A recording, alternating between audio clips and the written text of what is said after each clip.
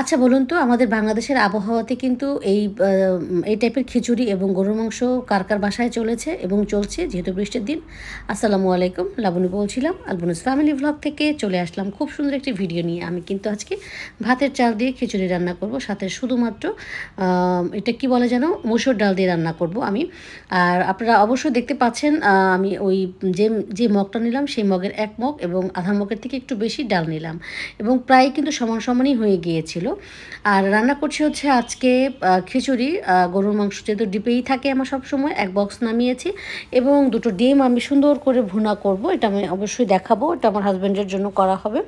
আর যেহেতু গরুর মাংস থাকবে আমি তো আগেই বলেছি এর থেকে বেশি কিছু করব না। আর ফ্রিজে আমার কালকে ভর্তা আছে, সুন্দর মতো করে খেয়ে নিব আজকে। তবে আমার বাসায় কিন্তু খুব একটা মানে আমি খিচুড়ি পছন্দ করি না, কিন্তু আমার বড় ছেলেটা আমার খুবই পছন্দ করে, আমার হাজব্যান্ড পছন্দ করে।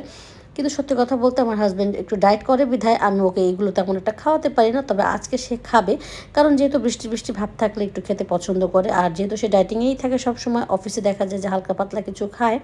আর রাতের বেলা হয়তো বা একটু চেষ্টা করে, আমি যাই রান্না করি না কেন ওর জন্য খুব তৃপ্তি নিয়েই খায়, তবে অল্প পরিমাণে খায়, ঠিক আছে। আর যেহেতু সে সারা সপ্তাহ বাসায় থাকে না, শুক্রবার শুধু বাসায় থাকে, সো শুক্রবারে অল্প একটু ভাত খাবে, এই তো তার হয়ে যাবে। তবে যদি অনেক রকমের ভালো ভালো আইটেমও থাকে, দেখা যাবে একটা আইটেম কি দুইটা আইটেম দিয়ে খেয়ে উঠে গেছে, কারণ অল্প একটু খায় তো দেখা যায় যে ওই পরিমাণে সে বুঝে শুনেই খায়।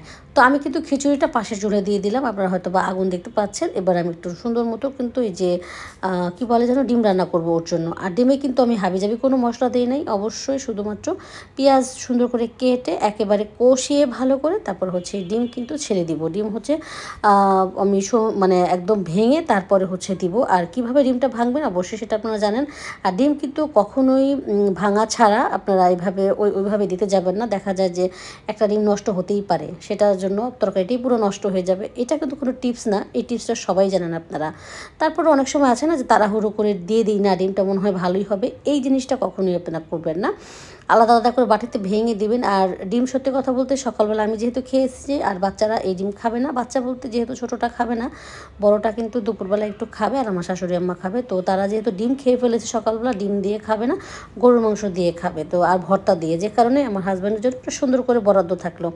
আর এই মাংসটা আমার এত টেস্ট হয়েছিল, আমি যেহেতু 5 কেজি 6 কেজি একসাথে অনেক সময় রান্না করে করি কি 3-4টা বক্সে এরকম বড় বড় বক্সে রেখে দিই, ওইটা করে কি সুন্দর মতো করে একদম ইয়ে করে ফেলি। আর আজকে আমি একটু আমি সকালবেলা নামাতে ভুলে গেছিলাম, তাই আমাকে করতে হয়েছে কি বের করি গরম পানির নিচে ভিতরে আমাকে এই বক্সটা দিতে হয়েছিল, তারপর এটা বের করতে হয়েছে। আর বের করার পর এই যে অবস্থা, এবং এটা কিন্তু সত্যি কথা বলতে কালারটা এমন লাগছে, কিন্তু আমার ওইখানে আমি যে চিমনির লাইটটা দিই সেই চিমনির লাইটটা আমি ইউজ করি না, অনেক সময় ভুলে যাই আর কি। আজকে এই পর্যন্তই, কেমন হলো জানাবেন। আল্লাহ হাফেজ।